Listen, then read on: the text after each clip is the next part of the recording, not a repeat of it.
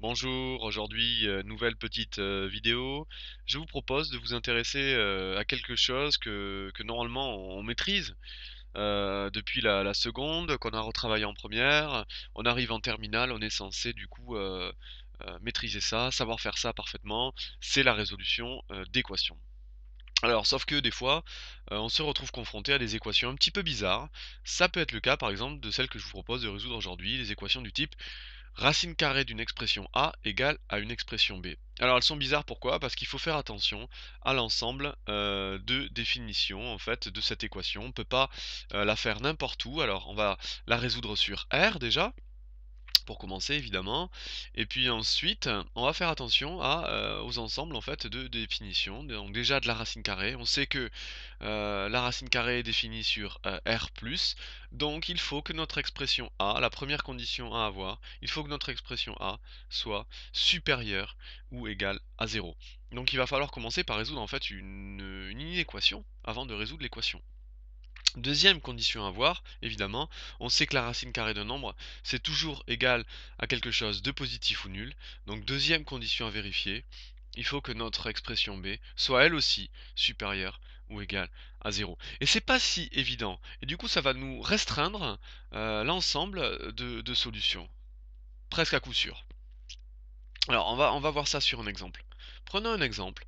Prenons l'exemple de racine carrée de x au carré moins 2x plus 67 quarts, qui est égal à moins 2x moins 3. Donc, avant de démarrer hein, la résolution de cette équation, il faut se concentrer sur les conditions qu'il faut respecter. Première condition, on l'a dit, il faut que l'expression a, donc ce qu'il y a sous la racine, soit positif. Donc, on va commencer par résoudre une inéquation, c'est-à-dire le polynôme du second degré qu'il y a sous la racine, supérieur à 0. Alors on va vérifier ça. On va essayer de résoudre ça. Alors comment on fait? Bah ici, on calcule, vous le savez, on calcule le discriminant dans ces cas-là, pour vérifier s'il y a des solutions.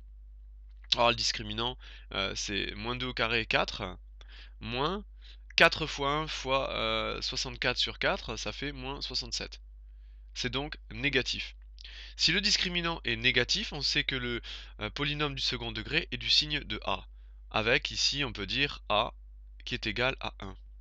Donc positif, c'est le coefficient du x au carré. Donc notre polynôme, donc ici, x au carré moins 2x plus 67 quarts, notre polynôme, est toujours positif pour tout x, hein, supérieur à 0, pour ce qui nous intéressait, c'était de trouver l'ensemble des x pour lequel il était positif. Et ben il est vrai, c'est vrai pour tout x.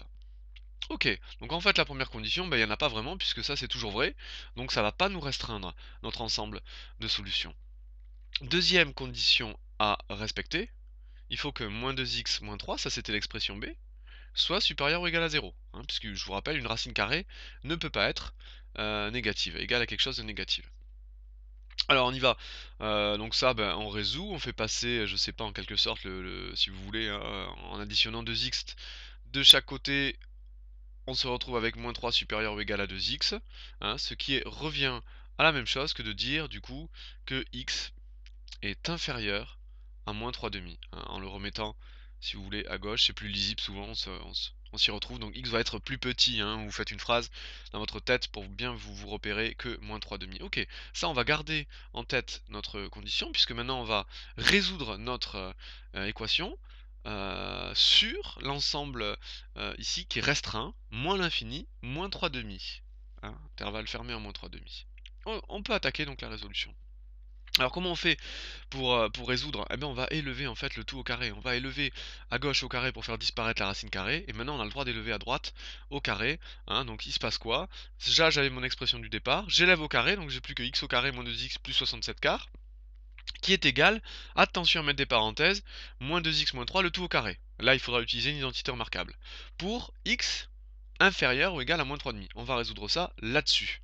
Alors on y va, on résout, on va développer l'identité remarquable à droite. On se retrouve donc avec x au carré moins 2x plus 67 quarts. Alors on développe ça, ça nous fait 4x au carré a carré moins 2ab moins 2 fois moins 2 fois 3, ça nous fait plus 12x, et plus 3 au carré, 9. Toujours pareil, pour x, attention, inférieur ou égal à moins 3 demi, on ne le perd pas de vue.